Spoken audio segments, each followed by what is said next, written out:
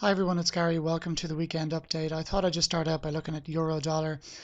We were talking about euro dollar and saying it needed to break 135.05 being the low of last week, and it certainly did that on Friday. So that's good news from the point of view of the shorts. If you see here during the week, this being a daily graph, we put in a couple of doji candles, and that's often an indication that there's a change in the offing, that the change in direction or change in sentiment, because there's the battle between the bulls and the bears simply doesn't get won either way. Over the course of a number of days, in this case, having had this large bullish engulfing candle, we then didn't know what to do with it. So this is up here is the 138.95 that we touched in December, being the lower top, which is now really the new lower top would be by 137.40 being the high of last week. So just to give you an idea on a weekly graph,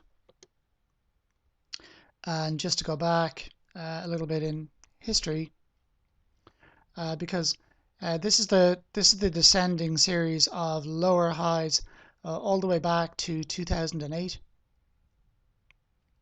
And if I draw my line,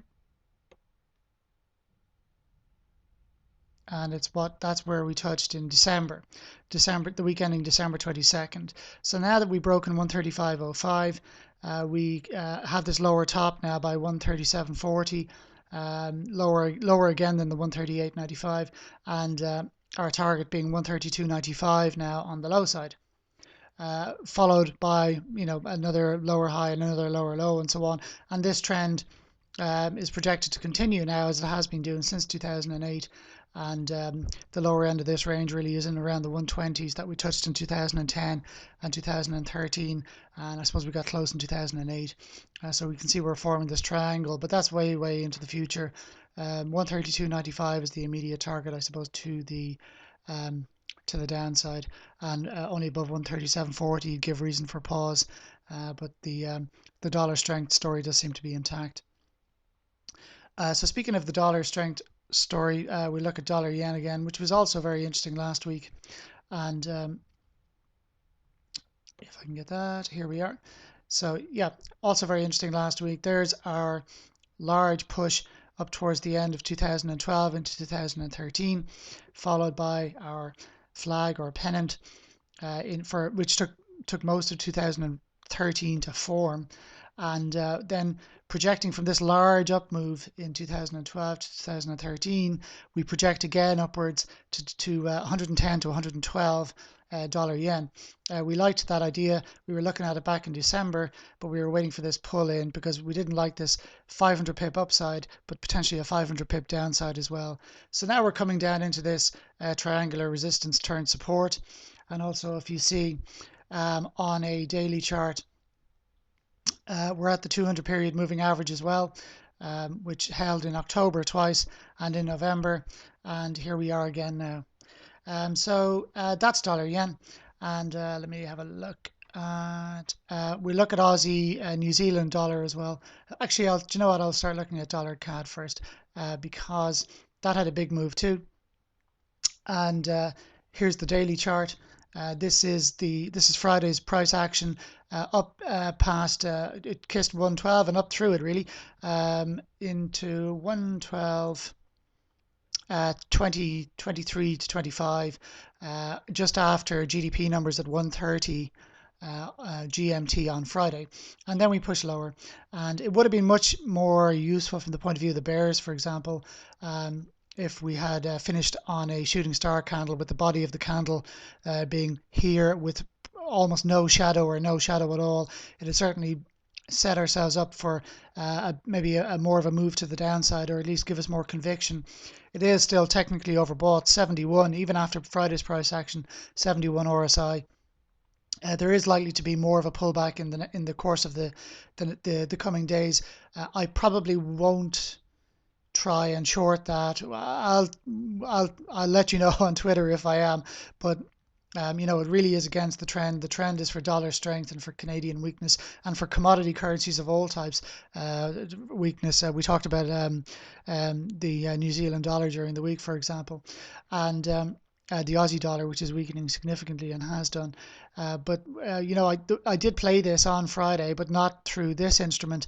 In fact, I went long CAD CHF, long CAD Swiss, and as you can see, we had this nice little move on Friday, which I took profits on and booked them. So you know, it is seriously against the trend. The trend is for Canadian dollar weakness, but I like the idea of exploiting the Swiss franc strength because of the risky period that we're in, and how the Swiss franc has strengthened already, and perhaps was overdue a little bit of weakness, plus the Canadian dollar being so grossly sold over the last couple of weeks really, and was you know, on daily studies very overbought. For example, dollar Swiss franc, dollar CAD, that, you know, that I thought the loonie was due for a little bit of strength, and that was a way to play this, both the Swiss franc story and the Canadian dollar story.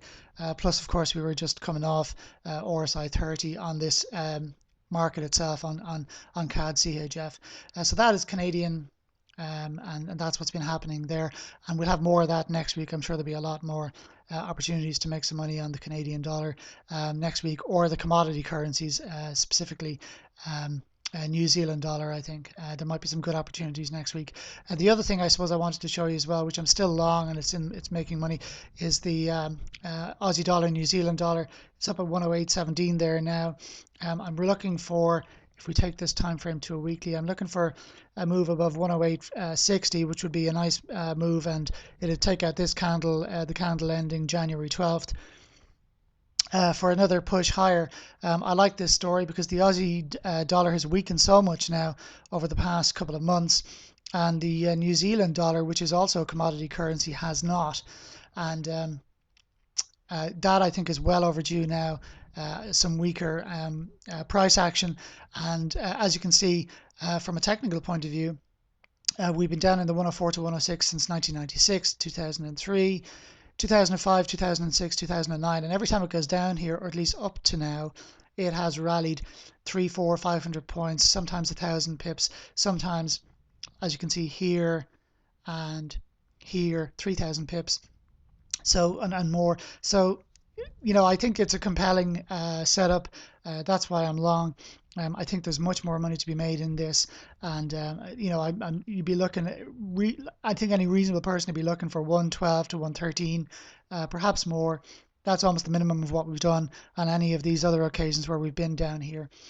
So look, that's the weekend update. I'm not going to go into the depth that I would during the week, but I do hope you have all had a good January, and a profitable one, and let's see if we can do even better in February.